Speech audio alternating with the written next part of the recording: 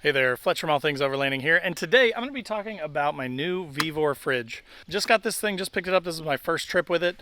I will say that it does remind me of a couple other fridges I've seen before, so I'm going to touch on that a little bit in this review and kind of tell you a little bit more as far as the features and that sort of thing go with this fridge. So if you want to learn more about the Vevor fridge, stay tuned.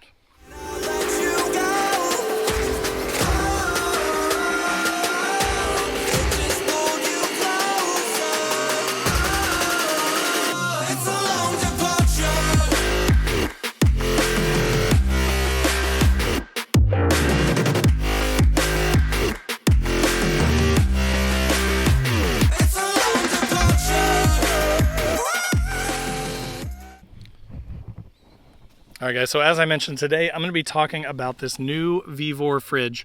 As I mentioned in the intro, this does remind me a whole lot of the Alpacool that I used to have. From the design standpoint, it's very similar in the way that it looks. The quality of the materials is very similar as well. One thing that I really like about this, though, which is a little different than a lot of these fridges, is it does have a fixed handle.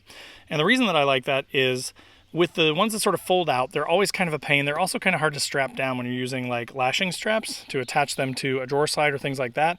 They also don't stick out too much. So if you had fixed handles that stick out a ton, that's inconvenient. Or if you have the folding handles, those can be inconvenient too. So I like that these barely stick out, maybe an inch, inch and a half, but that they're fixed. So they're really intended for lashing straps. Another thing that I like about this fridge is a lot of these size fridges and styles of fridges, for some reason, I guess for the portability aspect, for like casual car campers or folks that just go on trips every once in a while, is that they have like a big handle that goes down the side and they have like wheels on the side. In my case, I do overlanding stuff, so I like to mount it. I like to throw it on a drawer slide, which again, I just got this, so I haven't done that yet. I do intend to sort of put a drawer slide on the top of my drawer system in the back here so that I can slide it out of the back of the truck and access my food. But so for now, I just have it sitting here in the back seat of my truck. But again, no wheels, no extra, handles taking up extra space. It's just very slim and very thin. You can see how it fits in the back seat of my truck. I mean, it fits there pretty much perfectly. And then I've got a battery pack back behind it that is keeping it powered. But so as far as the fridge itself goes, of course, you've got up and down arrows. These are for changing your temperature. I've bumped it down a little bit because I just plugged this in before I left and I put some drinks in it, so I want to get those cold. But you can just adjust that by simply clicking on the up and down arrows. Obviously, you've got a power on off. Then you've got this little gear, the little settings button. If you just tap it, it will allow you to switch between max and eco mode. So in max mode, it's going to do everything that it can to keep you at the temperature that you set the fridge at, whereas in eco mode, it'll let it creep up a few degrees before it kicks back on to try and be as eco-friendly as possible and to try and reduce battery usage. So if you hold the settings button, you'll see here in a second that L will start to flash. So when that starts to flash, basically you can tap the settings button to get it to the sides that you want. What this is your battery protection. So you can go high, medium, or low.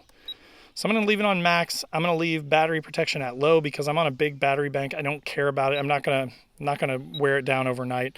I'm just going to be running this for a one-night trip, so I'm not all that worried about it. So I'm going to leave the protection at low to let it use as much of that battery as possible. But if you were using your starter battery, for example, and you wanted to really make sure that you didn't drain that battery, then you could set it up to medium or even high to make sure that it shuts off the fridge at an earlier state before it gets your battery to too low of a place where it won't be able to start again. As far as features of the fridge itself go, again, it is basically just a big box, which I kind of enjoy. For overlanding, it's easier to slide in and out of the back seat or to mount on a drawer slide. On top of it, you do have 4 little slight indentations for cups or drinks, so you could set stuff on top of it. Again, if it's in the back of my truck and I need to set a drink down or whatever, that will keep it from sliding off, which I do like. Probably biggest concern about this and most of these fridges like this would be this plastic handle. I personally have had, again, I had an Alpacool that was very similar to this that lasted for a year and a half. I sold it to another gentleman who is still running it 2 years later, so it's been in operation for a few years now. I have heard people say that these plastic handles can sort of snap, so you got to kind of watch it. I'm just trying to be careful. I try not to drop it. I try and just push it down when I'm closing the fridge and just treat it very gently, just because I just want to be careful, right? If the clasp fails on the fridge, then your fridge isn't going to work very well. So that is one of the things just to be sort of aware of and cautious of. Now, when you open it up, you can see it does have LED lighting built into it, which is really nice. Then down here in the main section, it has a basket. So if you wanted to quickly and easily pull your drinks and food out, you could just grab that basket and pull it out. Then back there, I currently have this box in here that comes with an AC cord and a DC cord. But then you can see back here, there is another area which I use typically for like water bottles and things like that. It doesn't get quite as cold back there as it does in the main body of the fridge. But if you just had like some sodas or waters or things like that that you wanted to keep cool but didn't need to keep really, really cold like meat, then you could throw that back there into that back section. And it is pretty deep and can hold quite a bit of stuff. So you could put, maybe like 6 water bottles back in there. I'll put dimensions up on the screen. So coming around here to the back, you can see again another fixed handle, which is enjoyable for me as an overlander to be able to lash it down. It does have sort of your typical standard 12-volt plug back here that you can either plug your AC into or your DC into. And then I'm running it through DC right now to my BioLite 1500 watt hour battery. It's been on for pretty much the whole day. So since about 10 o'clock this morning, it is currently about 3 o'clock, I think.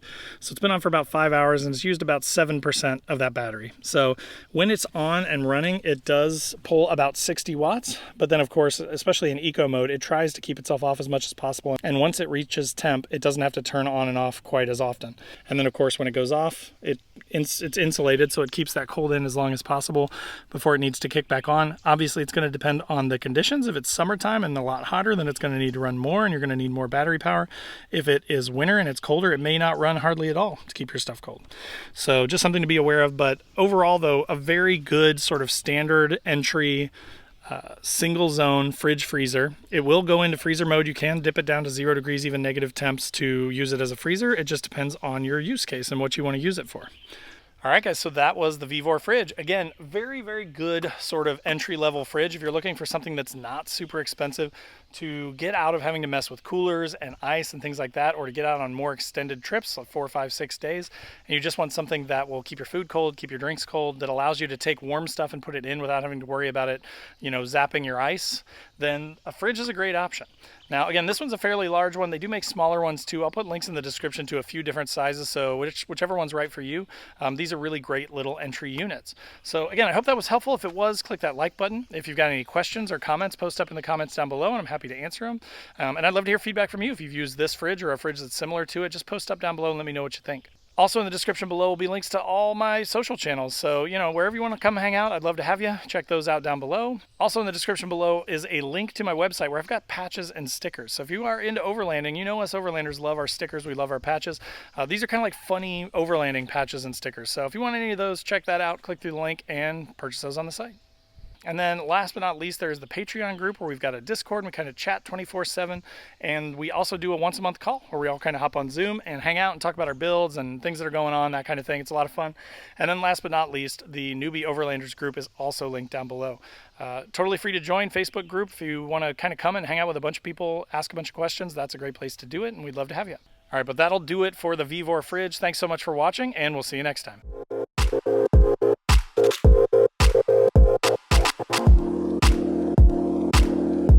Thank you.